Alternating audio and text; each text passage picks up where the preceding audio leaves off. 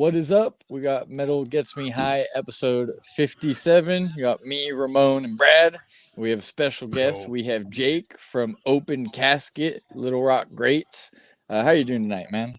I'm doing pretty good. We just got back from a little 4-day run with our friends in they're in a band. It's a band called Virtue from Austin, Texas.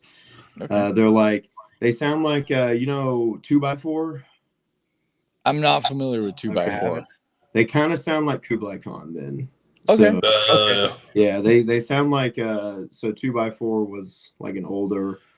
I guess they were around the time that Kublai Khan started, but they sound like Kublai Khan. Like it's pretty. They're sick. We met them down. We played a couple shows down there. We met them and they were super cool and hit them up. And we played Fort Smith, Arkansas, Springfield, Missouri, Kansas City, and OKC. And yeah, they were all sick shows. So that's good. I'm glad to hear that. Yeah. We got to see you at Banging in the Rock. We made the trip. So that's how we became familiar with your band. And really, we just admired the hell out of your guys' scene. A lot of good bands and like a lot of unity. It was an incredible time.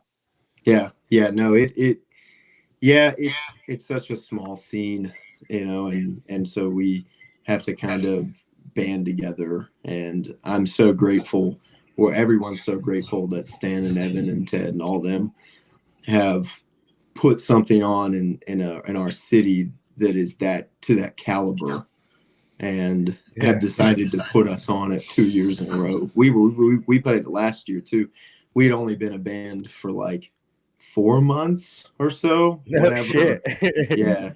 And we were so surprised that we had just added our second guitar player where we kind of finalized the roles. And they were like, hey, do you want to play this fest we're putting on? And we're like, fuck yeah. It's like we'd only played like maybe 5 shows. Hell yeah. Oh shit. So was this your guys' all first band, or have you guys all been in different bands?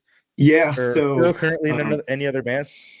Yeah, so me and my vocalist and one of my guitar players, who's my vocalist's brother, me and my vocalist, his name's Fox. We've been friends since we were like 11 years old, like best friends. Okay. And I'm 27 now, so we've been best friends for a long time. We went to college, did like the normal thing. I played like jazz band in high school, and we'd always been into metal and all that. And so after I got out of college, he was like, hey, let's start a band. And so we started our first band it was just me, him, and his brother. So we were a 3-piece for like 5 years. It wasn't very good at all. So it was the name of the band was Omnibane. It was such an awful name and it was like a weird sludge doom band, but it was really just it was a great thing for us to learn how to be in a band. And so we did that for a long time. Fox learned how to do vocals and write lyrics and things like that. His brother had always been in other bands and played guitar. He actually played drums in that band. And so we did the 3-piece thing for a little bit. I played guitar, and then Fox sang and played bass at the same time. And then we went to so they did a local showcase we have a bigger venue here called The Hall, which is like 1,500 cap room. Okay. It's what I would assume Banging in the Rock will hopefully be at whenever it gets closer to like selling out territory of the Rev Room. So it's because with Little Rock being so small, we have like a 200 cap room, a 500 cap room, 1,500 cap, and then like an arena, and that's it. Like there's a huge jump. Yeah. There's no 800 cap rooms, 1,000 cap rooms. It's like, and the hall's like $40,000 to rent. So it's like, it's like crazy. So they did a local showcase, and we had just played this like awful show with our old band. And we were sitting there at this local showcase, which actually Morbid Visions played it. It was like their second show or something. And a few other, Second Life played it, and a few other bands. But we were sitting there and we were watching the bands, and we were like, man, our band fucking sucks. I was like, let's just like, because Fox had wrote one of our songs that was way more death metal. And I was like, let's just get rid of the old band and let's make a new band. And so we literally sat there like on our phones, like, all right, let's come up with a name. So I started looking through songs. We don't sound anything like Death, but our name came after a Death song called Open Kasket. And we were sitting there, and I was like looking through songs, and I was like, all right, let's name our band like a badass song name or something. That's the best way to do it. Yes. So we're scrolling through, and I was like, Open Kasket, that sounds fucking sick. So we literally named the band right then and there. And I was talking to some other dude, and I was like, hey, let's also add more members and become like a 5-piece. So I was talking to a couple dudes, and he was like, hey, this guy named Ryan, who's our drummer, is looking to be in a band. So at that same show, I messaged Ryan. I was like, hey, here's our new music. Do you want to be in our band? And he said, sure. And then like showed up for practice like the next He's like, week. yeah, sounds good. Yeah. So we did that, and then he had been in another band with our other guitar player. So Ryan he's been in a lot of bands here. A lot more hardcore, which is kind of where like I would say our like major influences are definitely like we are at heart a death metal band, but we took inspiration from Ryan, who does a lot more of a hardcore feel to the drums than just like a straight death metal thing. And then our other guitar player, Ethan, who was in a deathcore band for like 10 years. So he kind of brings a little bit of like old school deathcore to it, while keeping it still death metal, I guess. So yeah, I love the combination.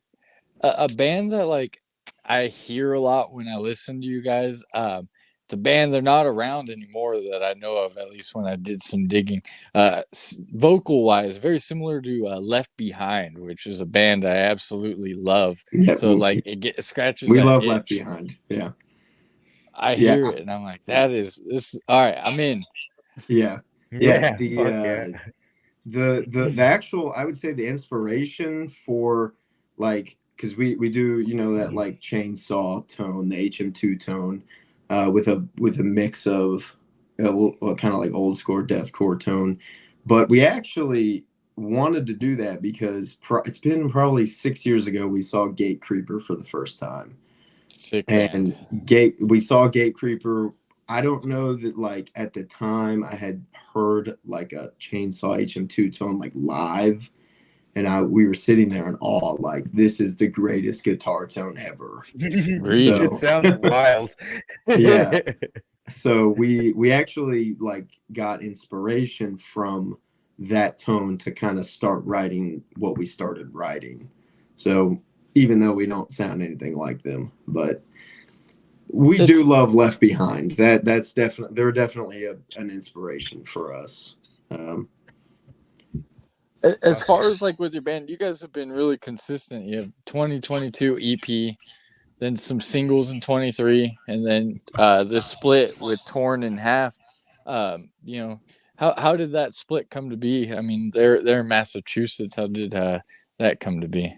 So actually, Terminal Nation and Morbid Visions did a tour up to New York this past summer, and they actually did a show up in Massachusetts with Torn in Half and Fuming Mouth.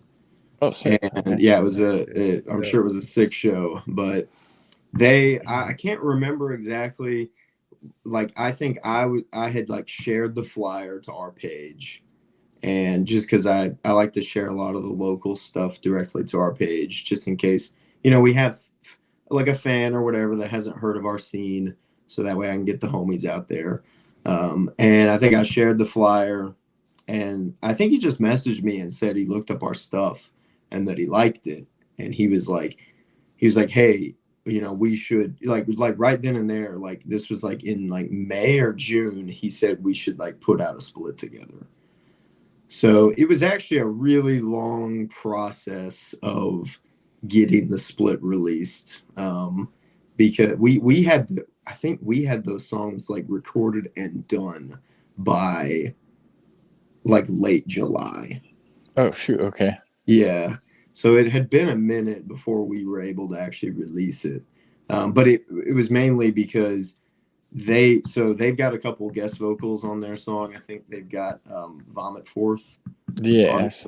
on their song. It's like 3 words that it's got him to do. It's like kind of even hard to tell where it's even at on the track, but it's still sick. It is. And it took many months for them to like get that like lined out. And that was kind of, I think I originally wanted to release it like the week of Bangin'. And then he was like, I want to release it, the first of the year. And I was like, that's fine. So you guys had a Zashed guest appearance, correct? Yes, we did. Yeah, so yeah. Yeah, was yeah, dope. that, he's that's Jackson. He's the vocalist of Zash. Zash are like the coolest dudes ever. They're super young. They're writing way too good of music to be the age that they are. And I'm like, man, I wish I was writing music even remotely that good whenever I was. I mean, the oldest one is, I think he's 22. He's like freshly 22. Holy shit. The other like 3 of them are definitely like 19, 20, like around there. They can't even have a drink after the show. No. We actually did. We did Can't even get Alaska. We did a 5-day run with them over to like Atlanta. I think we played Alabama. We played Mississippi in this past May. And I think there was one place we were like, yeah, they're 21. Yeah. Yeah. You're like, they're good. Yeah, they're good. They're playing. But Jackson's vocals are like, what we wanted was something, a feature that was like very obviously a different vocalist, and like, we wanted to give him kind of a whole part, and it wasn't just like, oh, well, where was the feature in that song? It's like, because sometimes it'd be like that. Sometimes it's like the vocalist sounds so similar, but we were like, we had to get him on the track, and he wrote his own part and everything. I mean, it was, it's definitely made the track in my opinion, but yeah, it was a great feature for sure. Yeah. With your band, do you like, how does your writing kind of go? Do you guys get together and write, or do you all kind of separate and then bring stuff to the table? So actually, our guitarist Ethan, the one that was in the deathcore band, he is like an absolute wizard at demoing tracks. Like, so what it usually turns out, I think Chemical Death, the new one, he wrote that in its entirety, like, like almost the drums and everything. The only thing we added was that, I think in one of the reviews on the track, I think somebody said it sounded like a Sepultura riff, but there's kind of like a middle riff where it's like a bendy riff. Our other guitar player wrote that riff. But what we usually do is he'll send us something. It's like maybe like 2.5 minutes. And it's like a whole song. Like, it's like start to finish, drums, everything. Like, he wrote the drums. Our drummer obviously comes in and like does his own thing, but he writes the core of the drums. And then he leaves the bass out. So like, sometimes he'll add in like a bass, like if he wants a bass part there, he'll like do it on the guitar, but he'll send us like the whole demo. He even sends us tabs for the demos. Like, damn, it makes it so easy. Yeah, it makes it so easy. He's like, yeah, here's the demo. Here's the tabs for the demo. So we just, I I just learn it. We learn it on our own, and then we meet up at practice. And like at that point, we're like, okay, what would be cool if we did something here, and then like maybe like our other guitar player will write a part, or like I'll be like, hey, what if I could do this cool bass part here, and then we get all the instrumentals done, and then our vocalist basically just like slaps on his vocals. Okay. So yeah, we don't really write anything like with vocals in mind, I guess. He just kind of works around the track. Huh? Yeah, for sure. Yeah. That's dope. So, but like that track, I think, and then some tracks our vocalist wrote, and our other guitar player just like takes it and makes it better, basically. Okay. So it is kind of like the structure of it is kind of written usually by like one person, and then we just kind of all come together and like finish up the track. I don't think we've ever written anything that like where we've just sat down at a practice and said, let's write a song. So that's fair. I feel like that's some old school shit, and not many artists do that because it's hard to get, a bunch of people on the same schedule at the same time. So that makes sense to me. Yeah.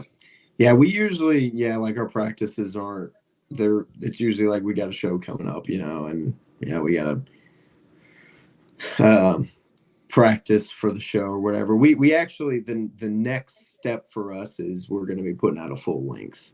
So sick. Okay, that's going to be this year. Like we're planning on, we've already started on it. Currently we're actually. We are signed to an Atlanta label called Terminus Hate City Records.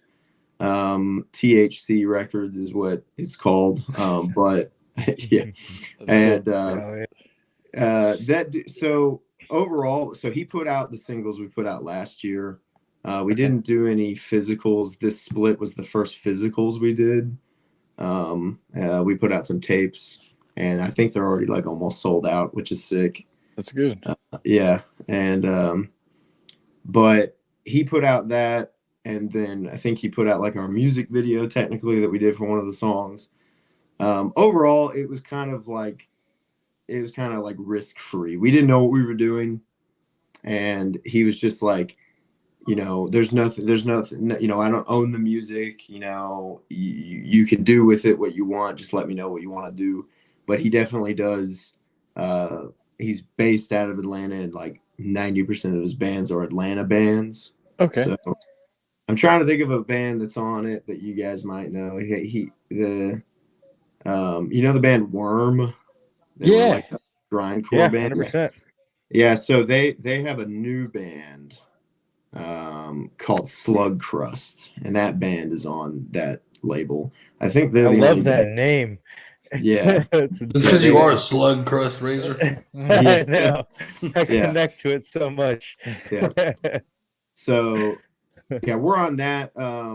And obviously, we're like I said, this split didn't even get released through that, because in our like contract or whatever, it was like, it was basically, it wasn't very strict. He was just kind of like, you can work with me, and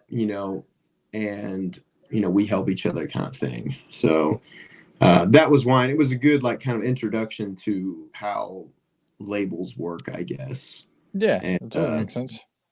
So currently we're on them, like I guess as like a signed artist, but we'd only been a band for, like I said, like 6 months whenever we had signed to him, because I think I shot over the tracks to Stan from Terminal Nation, and he was like, yeah, you need to get this on a label, man. And I was like, okay. And then he sent me this like essay of like what to send to labels to like get them to sign us. Stan is the greatest human being. He is. He's great. He was like, yeah, here's what type this and this and this. And I was like, yeah, cool, man. And then like 30 minutes later, I've got like an entire essay sent to me of like what to send to these guys. And I'm like, great, So, yeah, copy paste, we're good to go. Yeah, exactly. Yeah. So that worked out pretty well. We and then we just, like I said, we released that, and but I'm looking forward to the full length. I think what we found is, what we found a lot is a lot of people do, I don't know, like only putting out like EPs and singles at this point, but I think you get to a point where people are ready for a full record, and I think some people like EPs and some people are like whatever about EPs. Like, so. Oh, I love an EP. I love how like quick and to the point they are, and just like they just Usually an EP goes, I mean, hard as shit. Yeah, but an LP, it's just nice to kind of be like sit there and take it in the full length. But they're both great in their own ways. Mm. I know what you mean though, in the sense that like say like a band like Fugitive, right, where they only have two releases that are both 7-inch releases. Like I love those, and those are awesome, but like it does a weird thing where it makes you want more, where you're like, man, like I want this full album, man, like bring me this full album. So like it does its job of like making you want more, like, man, I want more than 15 minutes of music, like hit me with that 30 to 40 minutes of music. So I see how it works both ways. I think that's kind of, well, that was what we got with like some of the reviews for our split. It was like, oh, this is great, but it's like it's not like long enough for me to review. And it's like, that's fair. I don't really care about reviews. You get to, especially when it comes to the style of death metal that we do, which has like a hardcore twist to it. And most of the time, like the death metal guys are like, oh, it's too hardcore. And then the hardcore guys are like, oh, it's too death metal. So it's like, you got to get those guys. You're never pleasing everybody. I know it's that's the goal, but that was why we wrote it like that, so that we could fit on like any kind of show, like, hey, we got a badass hardcore band coming through, we can play that show, or we can play, a death metal show. But that's just big in Little Rock. Like, we've got, a few, I'd say the big things in Little Rock are definitely, in reality, we only have, I'm trying to think, I don't want to forget anyone, but us, Morbid Visions, and we have another band from here called Severe Head Wound. I've heard of them. They play, I believe Stan brought them up to us. Okay, Did Stan bring them up to us? I think so. And if I'm not mistaken, I saw that they're going to be playing Avino's with Maul soon. I don't know. They are, yes. Okay. Yes, I think that got dropped recently. Yeah, Maul's like made this their second home. They're so good. They are great human beings. They are amazing live. Everybody in the band, you watch anybody, and they are like playing their fucking heart out and having a good time at the same time. They're so happy to be there. It's crazy. This is like, I think the 5th time in the past like probably 2 years they've played here, and it's like, I mean, I've been to every single one, and they just get better, and but it's like a band from North Dakota coming to Arkansas 5 times in 2 years is kind of crazy. Believe it or not, that was one of the bands that like made us want to go to Banging in the Rock. It was like, oh, Maul's there? Fuck, I want to see them. So they were definitely a big deciding factor, and they killed it. They Griggs, killed it. Best last year mosher. they had. Oh yeah, Griggs. Yeah, he was getting it. That guy's wild. They played the first Bang in the Rock, and I mean, no offense to anyone, but they had like the best set of the weekend. Like it was so like they had a great set this year. Don't get me wrong, but last year's set was like, it was crazy good, wild. It was like. Go ahead. Sorry. No, I was gonna say my wife, who isn't the biggest fan of all this music, she even was like, that Maul band was sick. I was like, like everybody's like so entertaining while they're playing too, and it's just good music. and then like Garrett's up there just putting on a straight performance. It's awesome. They're great live. Yeah. You know who stole the show for me this year is 100% Outer Heaven, man. That band blew my mind. I like walked out with my jaw on the ground after watching them. Yeah, they were sick. God's Hate was unreal. Agreed. You know, it's like those are the type of bands, you know, we don't get here ever, you know. And you know, they may not ever come back, you know, you never know. And so it's like and to have them like that Terror set was unreal, and to have them here was just crazy. So hey, as Colin Young said, he's like, Orthodox played 150 shows this year. We've played 5. Yeah. Exactly. And Orthodox's set was like awesome. I love that band. Hey, they're good. They're doing the new metal thing, which is cool. You know what? Like, I think what's funny that's going on with heavy music right now is that like death metal is in a really good place where like the legends like Cannibal Corpse, Dying Fetus, bands like that are releasing like good output. But then on top of that, you have a lot of new bands who are putting out good music.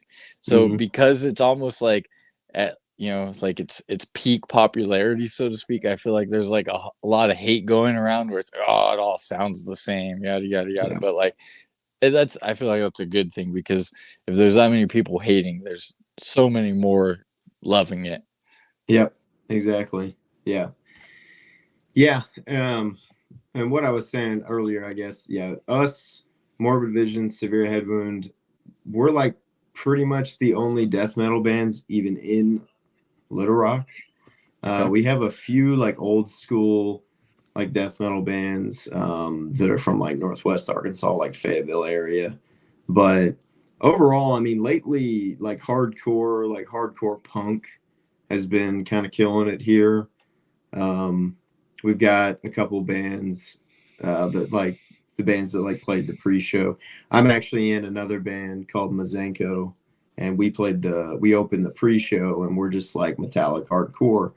And you know, and we're getting a lot of love with that. It's like I wish there were more death metal bands here, but overall it is sick, because like when a big death metal band comes through, it's like, you know, we're probably gonna get to play the show, so it's, you know, you can't complain about that. I mean, we're playing that Cruelty Terminal Nation show here next Friday, and that show's gonna be awesome. Dude, we've seen Cruelty's wild. We've seen Cruelty twice this in like probably within a 3-month period. They're really, really good live. Both times we saw them, they had a different guitar player each time, but both times they were equally excellent. And Anthony from God's Hate did the sound for them the last time we saw them, and they sounded really good, man. Yeah. But also you're in for a Terminal Nation. I mean, they're one of the reasons I wanted to go to Bangin'. Oh man, that whole show would be wild to see. You guys, Terminal and Cruelty. And Vino's too. We at Vino's. We hit Vino's, and it's cool. I was shocked like how cool of an environment you guys have. Yeah, that's awesome. We're so like blessed to have Vino's, because there's just nowhere else that would allow the shows that get put on there. And it's like you could cram probably 250 people in that room, but like with like 150 people, it's like such a good time. And I can't even complain about it. I played there so many times, but it's just every time it's just great. You know, I can't get tired of it, basically, because there's been a few other venues that have tried to do it here that have just sucked. And what makes them suck? Well, first of all, being 21 plus, like the great thing about Vino's is it's all ages. I mean, kids want to come to shows. You know, we have a lot of Like we have a lot of crossover fans with our friends in Zasht, and they're from a town called Searcy, Arkansas, which is about 45 Shout minutes out Bryce north. Mitchell. Yeah, he is. Yeah, he's from. I actually, funny thing about Bryce Mitchell. Let's hear it. I feel like everybody. I feel like because Stan had a story about Bryce Mitchell. I didn't hear yours. I went to high school with him. No way. Yeah, that's awesome. I went to Cabot High School, and which is about 20 minutes south of Searcy. It's kind of right between Searcy and Little Rock. And I went to high school with him. I think I had one class with him. I think it was English because, he was a grade above me, but he was like taking like 11th grade classes for some reason. And so I could see it 100%. Yeah. So I had 11th grade like English with him or something like that. I can't remember. I think it was English. But the only thing I ever remember the guy saying that was like the funniest shit ever was I overheard a conversation with him having with another guy where he said, "I drive better drunk." And that's all I remember. That's all I ever remember of him. In high school too. That's pretty great. Yeah. Yeah. Hey, that's the best one memory of him. Yeah. Is I drive better drunk.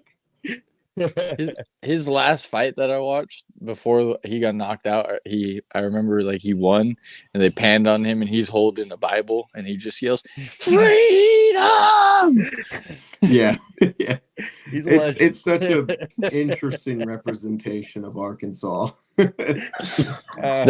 Before I like learned about your guys' scene, that was my only reference for Arkansas other than the Clintons. So right. Which I don't know if you saw the Clinton Library while you were here. It's like we did a big fifth wheel trailer. It's so we drove past it. We made a point to drive past it. We're like, oh yeah, we know what they mean by it's a big fifth wheel. Yeah, that's exactly what it looks like. But yeah, they're from they're from Searcy, and they've got like, I guess a lot of their fans they all go to the same college up there, and I think a lot of their fans go to the college, and they're all under 21, and they want to go to the shows, and so it's good that we had a few other venues. We do have a few other venues, nowhere as good as Vino's. Like none of them have sound. That's the big thing is most of the other venues we do have here, besides like the Rev Room, Vino's, and then the bigger ones, they don't have any sound. Like you either have to bring your own PA system or you're going to use their PA system, which is not going to be good. So it sounds like a broken school, like a cafeteria one. Yeah. Oh yeah. Hey, that's real because there was a show here in the Bay Area where we saw Judiciary and Dead Body, and let me first start by saying I know nothing about sound. Somehow I ended up the sound guy, and I'm like, dude, like, why is this happening to me? Like, I want to hear these bands sound good. Right. And, like, I'm incapable of doing this, but that's horrendous. That's just but that's just being a fan where it's like, hey, that was the thing is like I was like, I need more. These guys are professionals and they're looking at me like I'm a professional. I'm like, dude, like all I know is turn it up, turn it down. Sorry, brother. Yeah. I need more of this in my monitor. Hang on, let me go through all 100 of these knobs. Yeah. So I that's a real thing where it makes sense. Like you need good sound so that way the band could sound good. Yeah, it be like that. It's you don't want to play a place that has shit sound and then everybody leaves thinking, wow, they were cool, but the sound was awful. It always ends up being like that where the bands that sound the worst stick in your memory a little bit more.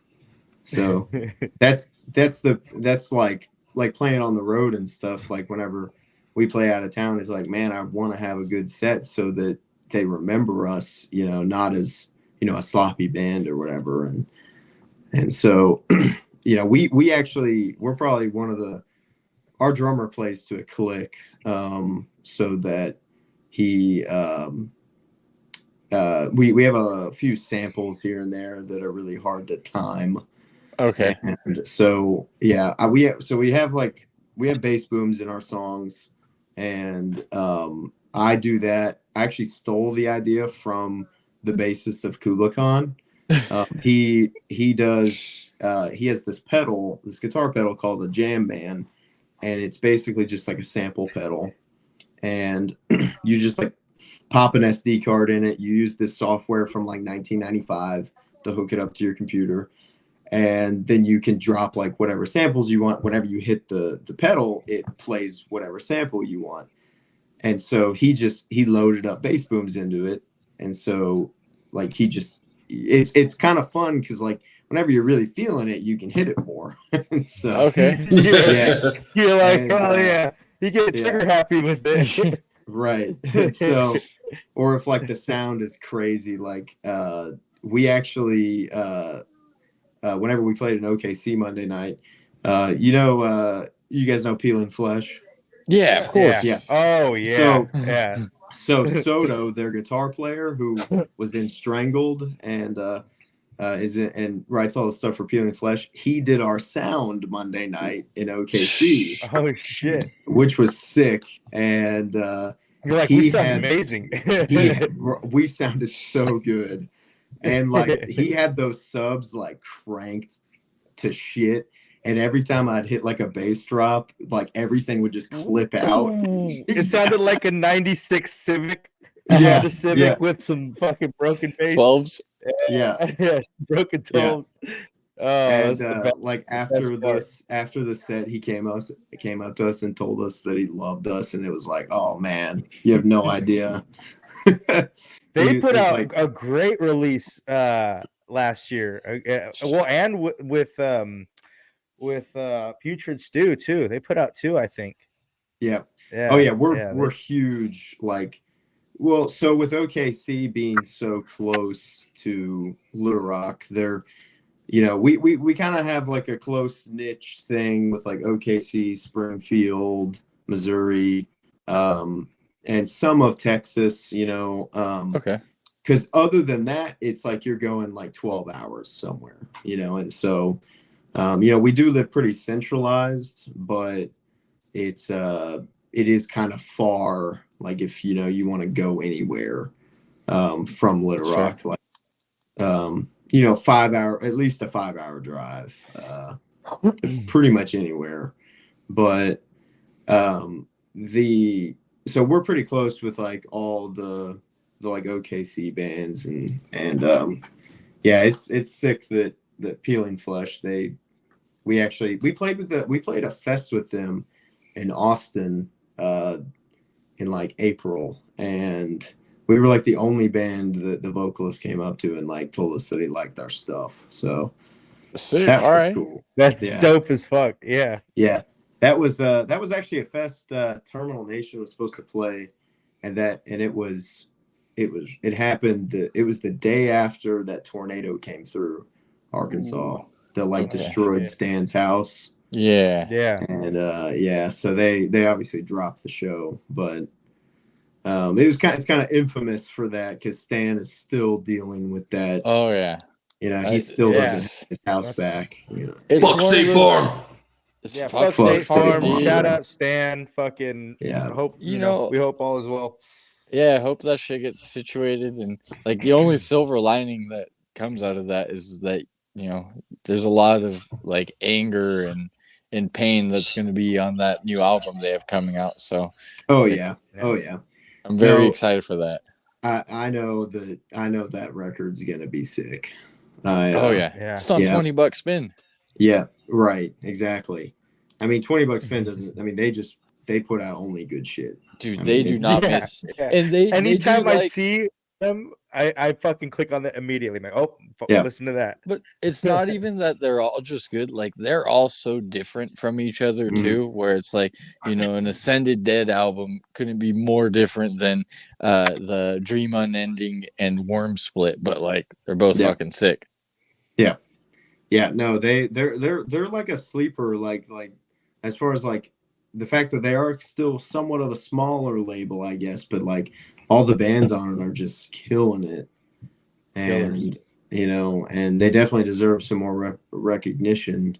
But and it's like, and there's some bands that could be on, I'm sure, larger labels, I guess, but they still stay with them, So I mean, that's I love that culture too, of like, that's why we're having a little bit of a hard time kind of trying to figure out like what label we might fit on, because it's like, not that any label would sign us, they'd still have to like us, obviously, but it's like, I don't want to waste anyone's time by sending our music to like a brutal death metal label and them listen to it and be like, why'd you even send that? I think I did that like early on. I think I sent our music to like some like brutal death metal label, and they were like, this isn't even death metal. And so I was like, well, thanks, well, fuck, we're shooting for death metal. What the hell? Right, exactly. You should have been. This isn't death metal. I thought it was. Right. Yeah. So but I love the culture of like just like caring about the label, and like waiting what that label is gonna put out. Because I mean, 10 years ago, I couldn't tell you what labels bands were on. I don't know that anyone really cared. Yeah, I still think can't. So, but nowadays it's like, everything that Triple B puts out or whatever, people pay attention to that, and people just wearing shirts that just say Maggot Stomp. It's like, like, that's sick. And what's up, Maggot Stomp? What's up, Maggot Stomp? I think my Morbid Vision shirt has Maggot Stomp on the back. I think all the Morbid Vision shirts have Maggot Stomp on the back. I've got a lot of like Maggot Stomp bands, but the only one that I have that says Maggot Stomp is a Corpse Pile shirt. I had a quick question on the like, I don't know if I'm reading into anything, but I saw your guys' logo is different on this latest release. Is that is there any meaning to that, or is it just changing? So not particularly. Honestly, it's been kind of a thing where we have like 5 different logos. Okay. And what it is we've kind of been using them based on like the show or kind of the vibe of like we use this other, we actually have another new label or new logo that's like, that will probably be like on the full release, but we just felt like the logo fit the vibe of the songs a little bit more over like the other one. I don't know, we just didn't want to tie down ourselves to like one logo. That's I like that. Yeah, we make so much different merch with the different logos. That's what we do. Like every Whitechapel. Whitechapel's a band I could think of that does. Yeah. We we have like a 3-sided shirt. I think we've got like 3 of our labels on it, our logos on it. It's like, you can put one logo down the arms and then the other logo on the chest or whatever. And so you gotta do alternating, all of them alternating down the arms. And so we just like, depending on the show, like we played like we have like a more deathcore logo too, and like we played a show with Paleface, Paleface. Yeah, we played a show with Paleface and like Enterprise Earth and like some like big name deathcore. We like to, I try to get us on those kind of shows just because like I said, it's with good, Rock, man. It is good. It's good exposure. Yeah. Yes. Yeah. People hate on deathcore, but man, like, I love deathcore's deathcore. heavy. I love me deathcore. It's very caveman. I'm a very caveman person, and some of that deathcore is just what I need. Yeah, and so we like to get on like some mixed genre shows and here and there, just because, like I said, with Little Rock being so small, it's like we can only advertise ourselves to so many people here. And so, but if we get on these other shows that have like big bands coming through, then that's like, 200 people that have never seen us before. And so, and that's been pretty good for us, like in the scheme of things of like, getting our name out there. And so like for that show, like we used like a logo that was a little bit more deathcore looking, and so, so yeah, there really isn't any meaning behind it other than the kind of, well, I guess there is a little bit, like I said, just like the vibe of the songs. And then we just didn't want to tie ourselves down to one logo. Like I think the very first logo we did was just like very death metal looking and kind of like brutal death metal. And people were like, oh, well, your music doesn't really fit this logo. And I was like, okay, well, we'll just make another logo. So we just made another logo. We'll make it fit it. Yeah, exactly. Could you not read the very death metal logo? Is that what it was? You couldn't read it? So that's why no, you couldn't read it. No. Yeah. But we still, like I said, we can still put it on merch. And and the main one, the one that we used for like our other two releases, the only problem with that one was it was hard to put it on like merch. Okay. And because it was like real small. It's kind of like, now Maul does it really well. I'll say that because Maul's logo is like kind of small. It's like this small, but it's pretty long. Yeah. It's like that fit. Yeah. And they do a great job at putting it on merch. Same with like 200 Stab Wounds. They have like a weird sized logo, and it's like, but they somehow work it onto a shirt pretty well. You know what? If you look at it, it kind of looks like a Christmas tree, and I like it. Yeah. It does. Yeah. I got a story about my mall shirt. So recently, well, I bought a long sleeve, this badass long sleeve mall shirt, and it said mall right here, just on the cuff. Yeah. And it was super, super simple, really nice shirt. First time wearing it, I take it out and I'm at pizza. And I've had a couple beers and I'm like, fuck it, I'm gonna go to the car, I'm gonna go take a dab. So, heat up my little rig, and I don't notice, but my friend looks at me and my fucking shirt is on fire. I lit my shirt on fire in my car. My shirt's up in flames. And I ended up fucking having to burn and ripped. So my brand new mall shirt, one time, fucking set it in flames like an idiot. How does that even happen? That sucks. Well, I've got like three. I've got like 3 mall shirts, so I'm sure I could send you one. No. Well, the good thing is I got a couple of them. That was the good thing. That was one. That was one out of. Yeah. But I was like, damn, that was the first time wearing it. Yeah. I think I got one of their hoodies whenever they were here, and it just says mall like on the cuff of the hoodie. Yeah. I just joined back. Were you guys talking about when Ramon caught his mall shirt on fire? Oh yeah. Yeah. Yeah.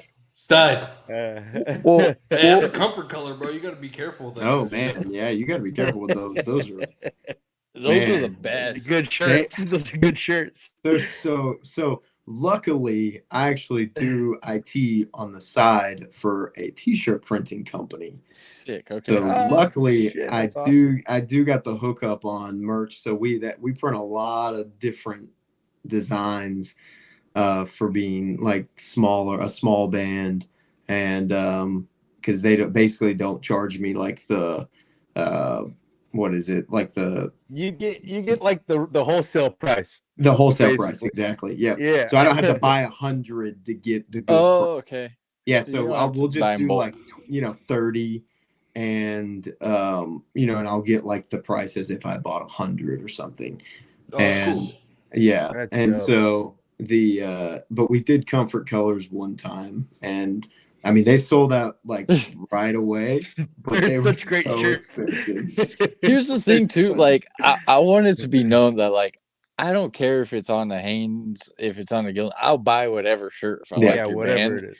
But my God, the comfort colors that I have, I could tell the difference in like quality. When you put it on. Like I'll because a lot of the time I'll wear these shirts to the gym, and a Comfort Colors shirt does very well at the gym, and a Hanes Beefy does not do well at the gym. Yeah. Yeah. My favorite, actually, now, because I do all of our printing too, and so my favorite one out of all the brands, like the styles, has to be the Gildan Hammer, which is probably Hammer. I love the Hammer. Yeah, that Terminal Nation not shirt the heavy, you're the wearing. Hammer. Yeah, the Hammer. That Terminal Nation shirt you're wearing probably is a Gildan Hammer. it is. It is. Yeah, and yeah, that one's probably yeah. If Stan printed it, it's a Gildan Hammer. He loves Gildan Hammers too, and that's kind of where I started printing on them. And they're like the best. They're soft, they're thick, and they're cheap too. Like, the versus like I think Comfort Colors is going to be like $5 more to print. Yeah. Oh yeah. No, the Hammer. That's the probably the best bang for your buck. Yeah, and it's comfortable too, especially at the gym. Yeah. The reason why Comfort Colors is the best is it's the most big boy friendly shirt. All the other ones are, the little snug one wash, you're size down. Yeah. Dude, I gotta wash it on freezing cold water and hang dry the motherfucker every time.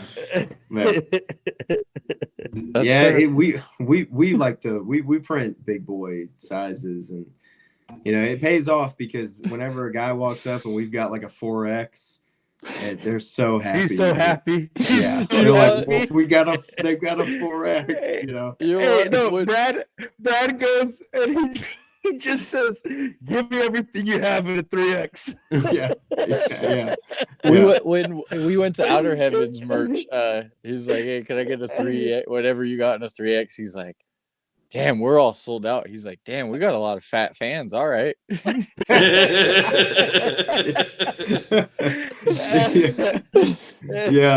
Yeah. I don't miss a meal. That's for damn sure.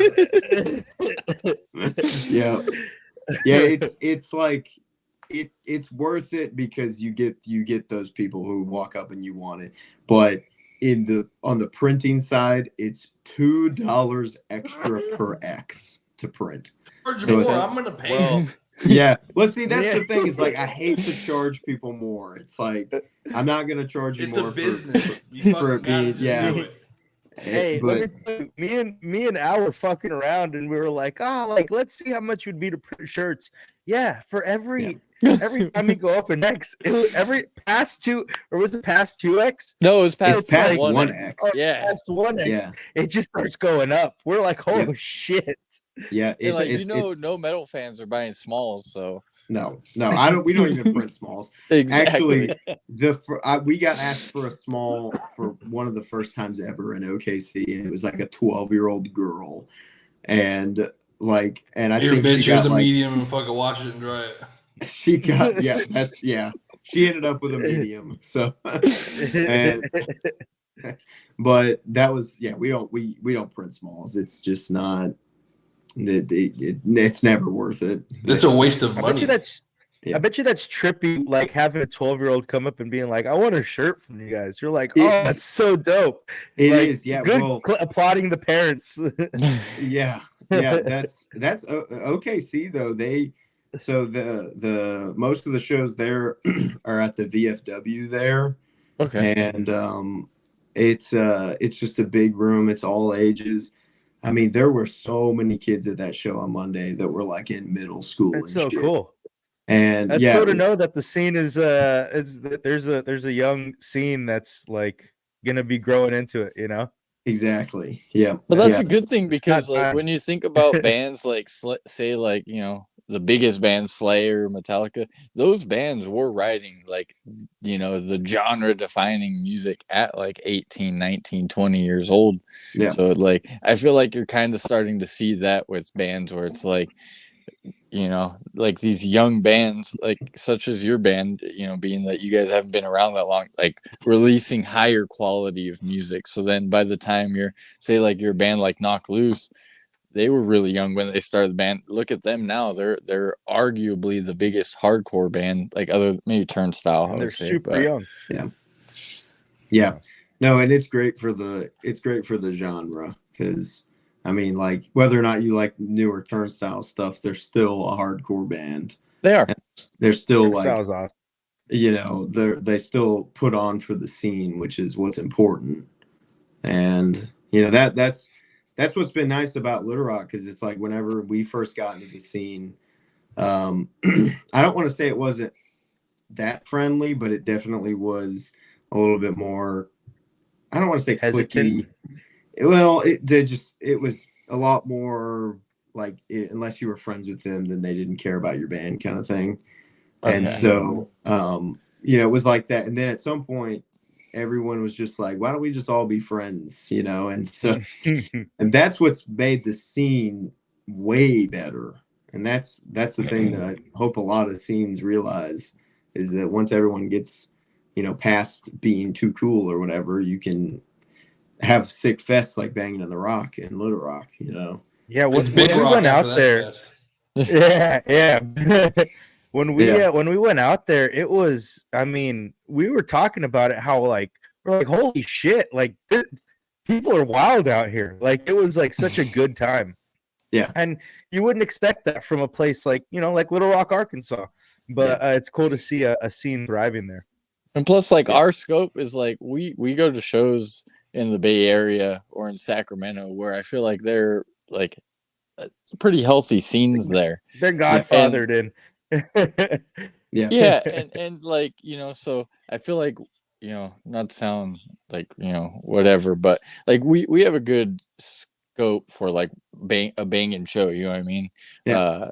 And it was, man, like that first night, that terror set, that God's Hate set, like that was absolutely insane. People were going wild and having a good time. Or the All Out War set, I saw dudes doing some real misbehaving, we'll put it that way, in there. Yeah.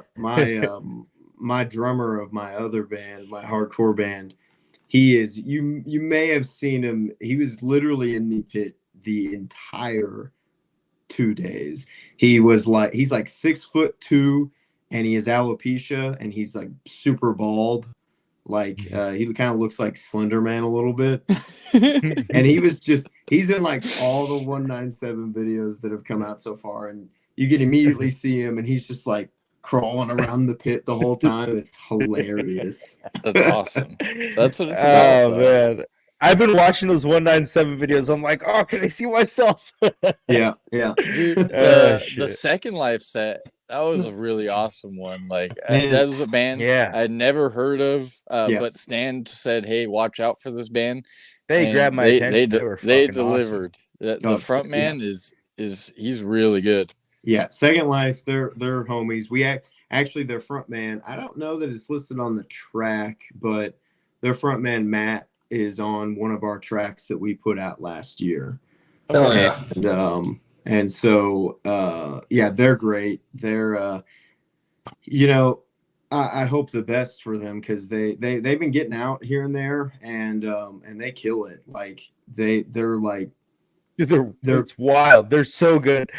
Yeah, and their lyrics are so like, they're very meaningful to the band. They're very like towards Matt and his life, and but everyone from Little Rock goes crazy whenever they play, and it shows at that kind of thing where the entire scene of Little Rock is on stage with them, you know, like yelling their lyrics. But dude, that was the part where it's like, damn, he's having these people finish his finishing song like that. That's when you're going like this, I'm like that. Okay, that's a band. That's confident. He had there were like 2 younger girls who went up there and stole the mics, and I was like, all right, I do remember that. Yeah. And being like, obviously we had never seen Terminal Nation or Stan, and being introduced to him in that set where we got to see, you know, a peek of like, oh shit, this guy's having some fun up there. Yeah. We got, I mean, that's, like I said, it's just everybody just kind of looks out for all the other bands here, and you know, and it's great. It you know, makes people who come from out of town like you guys, you know, really look out for those bands that you probably, you know, wouldn't have ever heard of. and but our scene shows out for their set, and it's just sick. Yeah. And I listened to recently the Death Rattle split that was just put out. Like, there's good stuff going on in Little Rock, Arkansas. I'm impressed. I loved Little Rock when we were there. It was fun. Good place. It was good culture. It's I've been to a lot of towns, and it's like deceptive. It's I like it here personally. A lot of people in the scene like it here. People like to say it's like dangerous or whatever. It's not dangerous. It's Have you been to San Francisco? Exactly. There's so many more dangerous places. Honestly, the place we just played in Kansas City was way more sketchy than any of Little Rock. Like, we showed up and it was like, it was like one of those places where it's like next to a train station, kind of thing. Oh yeah. Turns out none of those people have been to Oakland. Yeah. Yeah. The Bay Area, right. Our Bay Area venues are like, there was one that was called the Starline. Tell them about the burnt car. No, tell them about the burnt car at the deli. Tell them about the burnt car at the deli. We'll get there, but the Starline, it's literally across the street. It's in Oakland on Martin Luther King Jr. Street, and across the street is an overpass where there is no sidewalk because there are tents and people living there. Right. And then the other one that Ramon's talking about is where I did sound, unfortunately, for a couple of bands, and it's a deli, and it is like, it's in the industrial part of Oakland, where like parked behind a burnt car. Yeah, like a fried car, and Ramon's like, you know what, like, we're gonna go to the show. My car's gonna get broken into, but it is what it is. Right, exactly. Yeah, that was how it was. Like in Kansas City, it was like, and I wouldn't have called Kansas City necessarily dangerous. But it was like this specific area. I was like constantly looking out the window at our van, at our car and trailer, like. Actually, it happened to Phobophilic. They got their van got hit twice when they were in Oakland, back-to-back nights.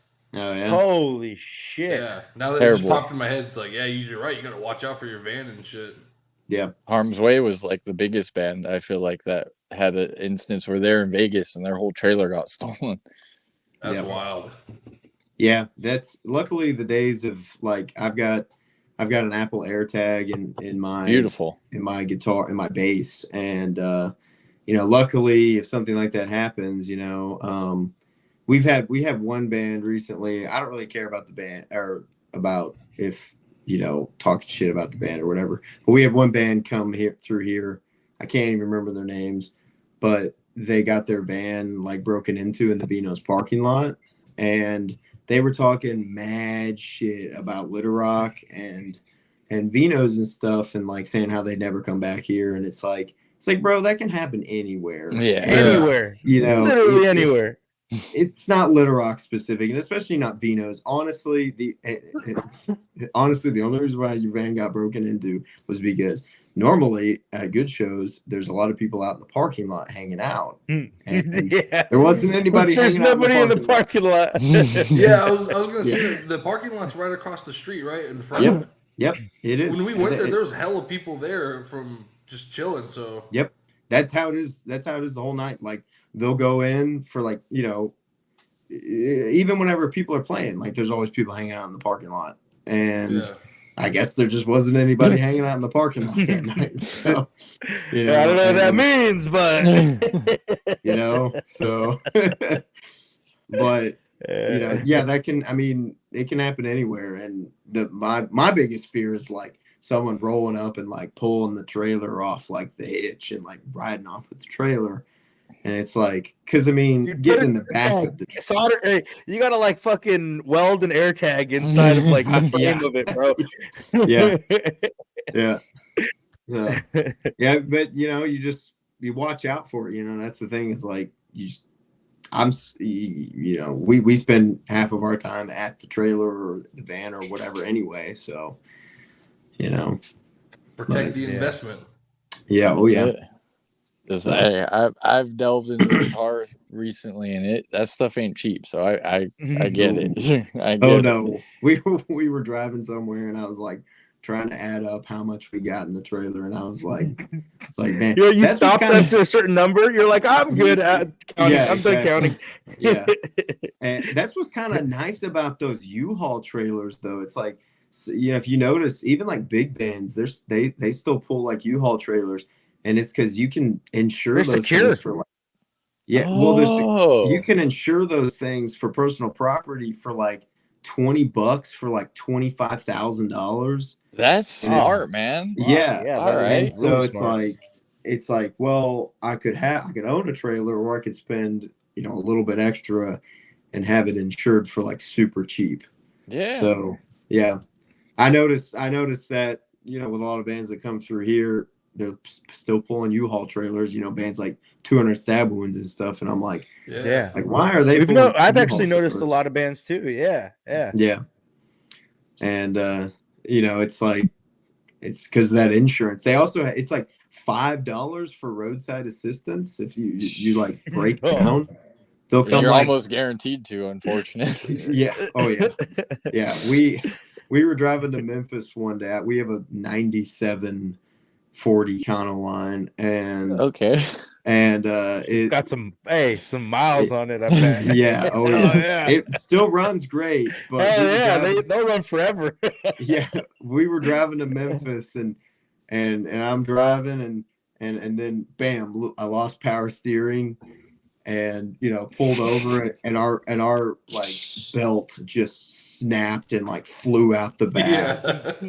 So it's like absolutely guaranteed to like something to go wrong. Power steering in a van and a trailer behind it, that's a tough turn. It was. I was lucky that I was in like, I was already in the far right, like, so I just kind of like slowly pulled it over to the side of the road. But I was lucky I wasn't on a curve or anything, like, but you're pretty much guaranteed with anything to run into some issues. But 100%. Yeah. Well, I've got 2 more questions for you. Okay. And then we'll let you go. And I have one when you're done. I have one. Yeah, here. So we'll go. First one is like, what is some music that you've been listening to lately? Whether it's some new stuff or like some the old stuff that you keep in rotation. Oh, that's a good question.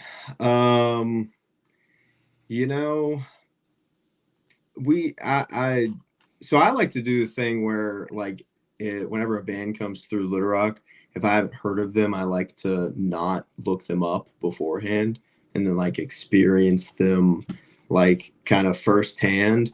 So I did that with Ingrown recently. Oh man, they came through. So sick. They're so sick. So good. Did you get some of that cold steel or what? I've listened to a lot of it now, but at the time, like, they were coming through, and everybody's like, "You got to check them out," and I'm like, you know what? I'm gonna experience them live first. And they were so sick. And yeah, their singer is wild. He's wild. Al calls him Mr. Ingrown, and he's fucking nuts. Yeah. Yeah. Lots of that. Definitely that. Tend to the Chest. Oh yeah. Band. I had my favorite.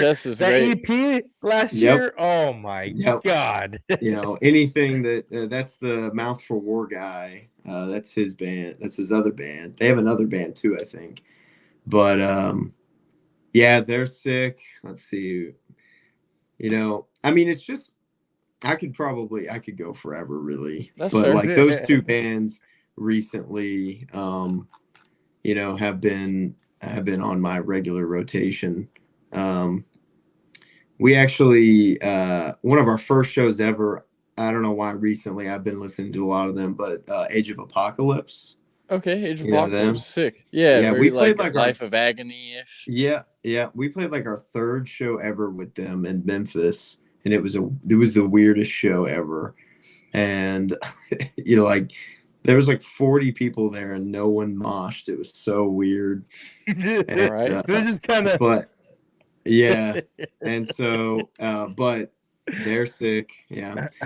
So it's kind of all over. Like I listen to a lot of hardcore. Like I'm a pretty big hardcore fan over like I really like the hardcore like death metal crossover stuff. If it's got like a badass guitar tone and some like death metal vocals, but like, you know, it makes me want to swing, you know, it's gonna get me, that's know?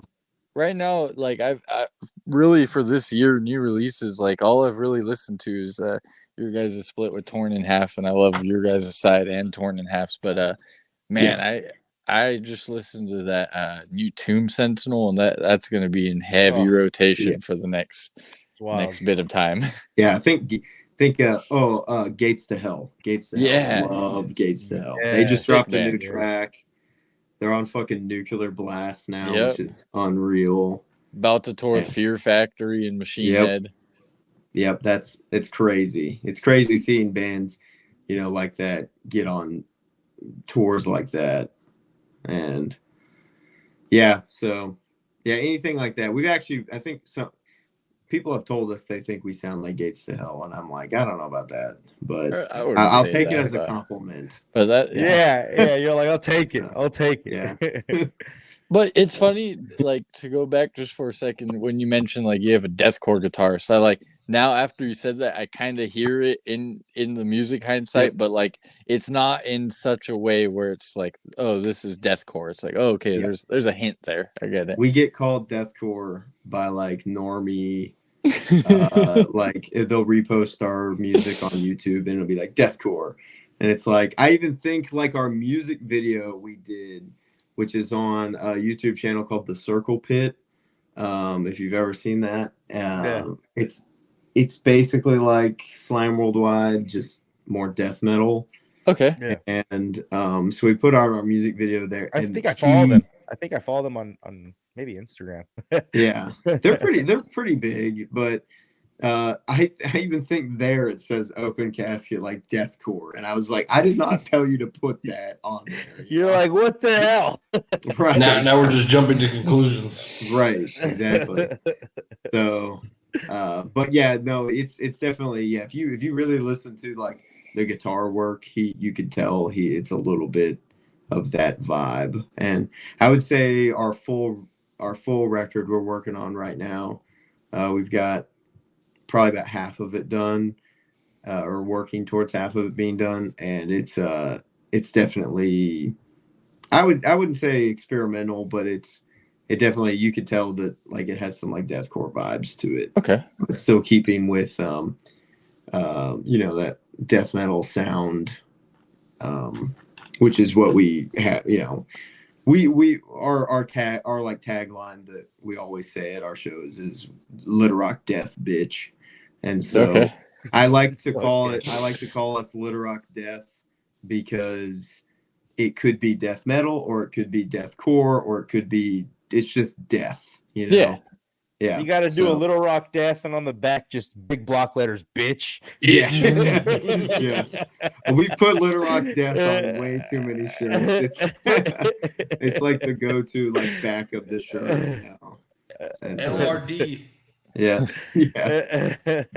Razor, what's your question? Oh man, I just wanted to know, you know, you've played at quite a few different venues. What's your favorite venue, and what's your favorite memory? It whether it being from that venue or from a different show that you played. Oh, that's a good question too. I'd say there's two shows that stand out.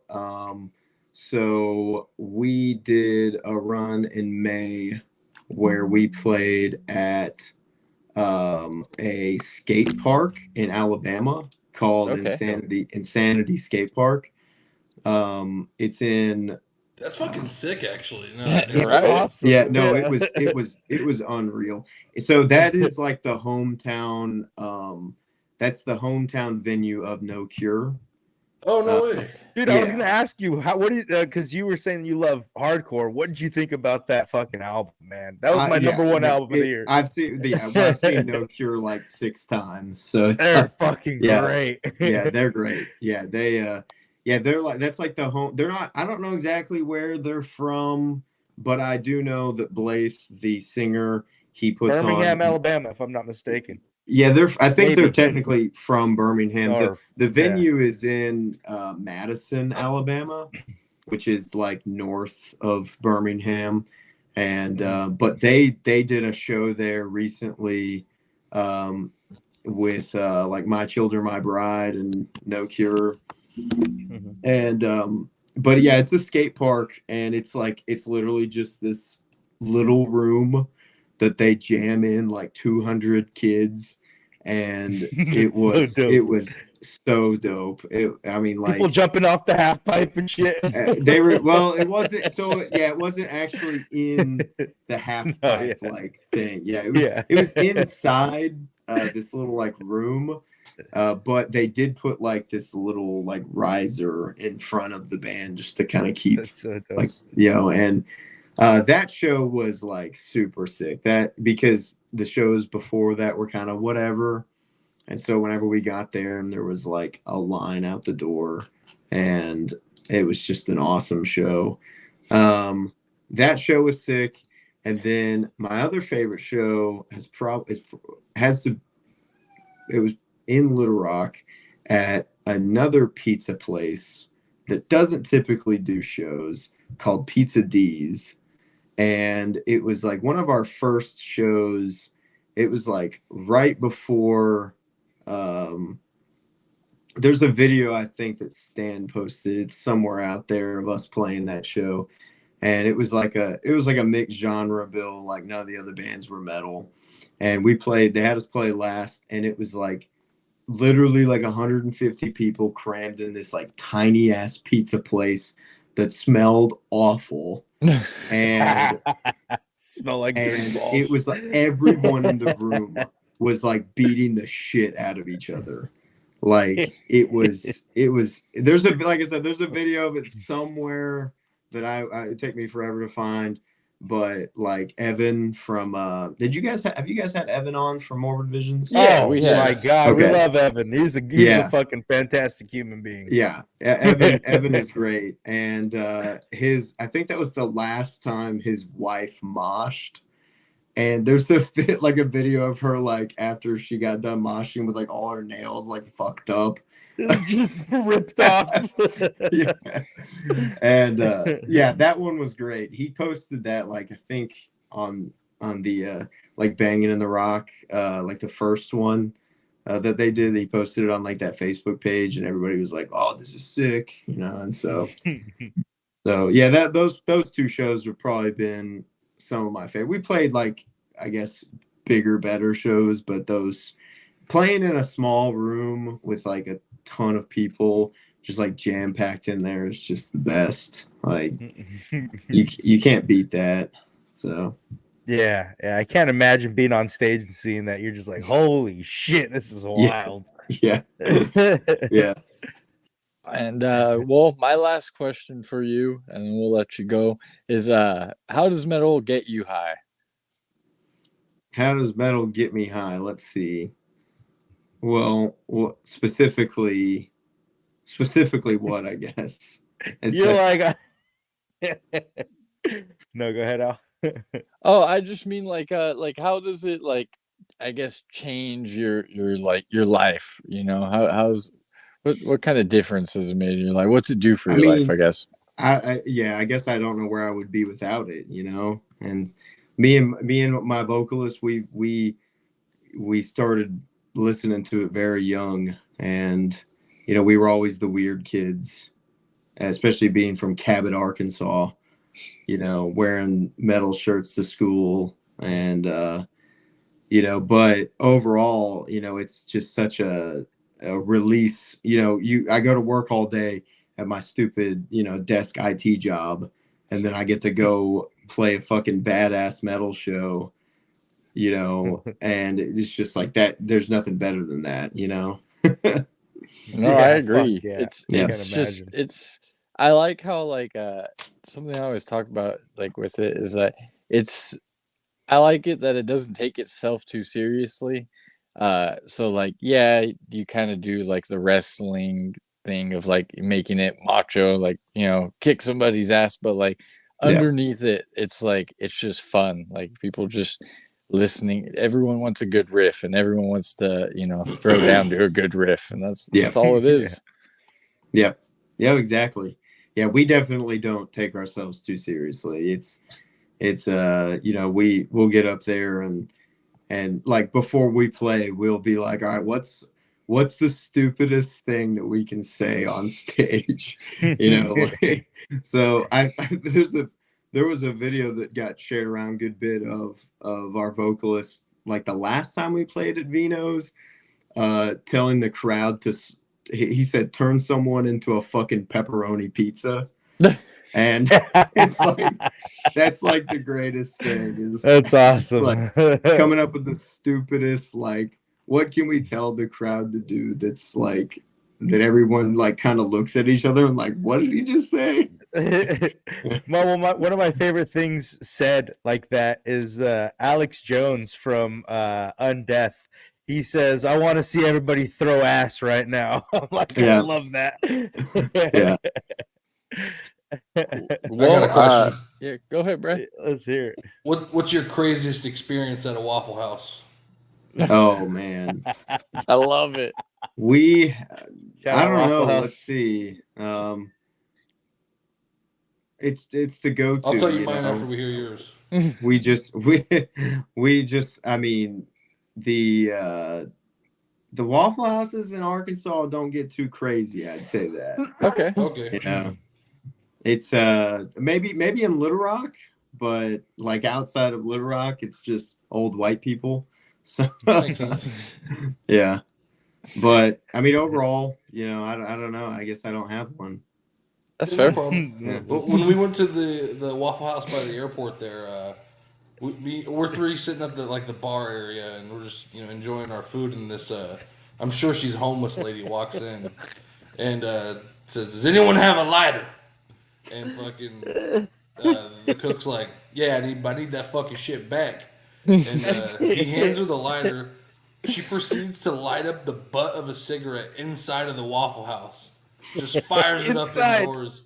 And I just lost it. I couldn't contain myself. I was like, this is fucking comedy right now. That's so funny. That sounds like, you said that was in Little Rock?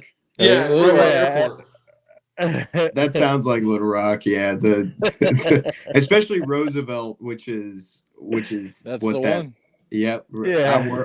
I work on Roosevelt. It's definitely the place where you're gonna get the most characters, and I think I was like, I can't remember if it was me or my vocalist's girlfriend was like smoking a cigarette in downtown Little Rock, and she like threw half of it on the ground, and sure enough, this homeless guy walks up, picks it up off the ground, and proceeds to smoke the rest of the cigarette.